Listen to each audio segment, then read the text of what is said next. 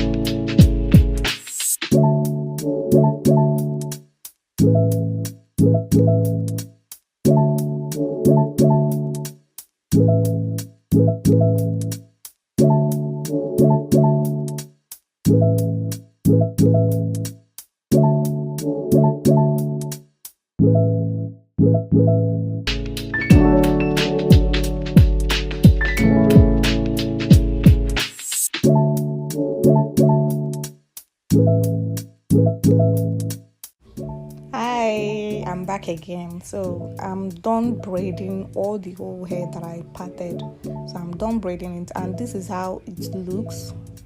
This is how it's going to look when you are done braiding your wig. So the next thing is for me to add the length according to the length my customer said I should make the wig. So this hair is going to be long, 40 inches, and it's going to have bead. So I'm done adding the length here. I didn't add that part, like I said. I don't want this video to be long, but if you guys want me to be adding that part, let me know in the comment section. So this is it. This is after I'm done. Here is me checking out the wig, as you can see. So you can style this wig anyhow you want it. Now I've come to the end of this video. Guys, please rate my work. If you want to order this wig from me, if you cannot make it and you want to order, chat me up with the number I'm going to place on the screen. And please guys, you can follow me on Instagram, The Love Hair. Please subscribe to my channel, drop a comment what you feel about this wig. This is very beautiful, so you can make it yourself, or if you cannot make it, just chat me up with the numbers in the comment section or on the screen, anywhere you see the number.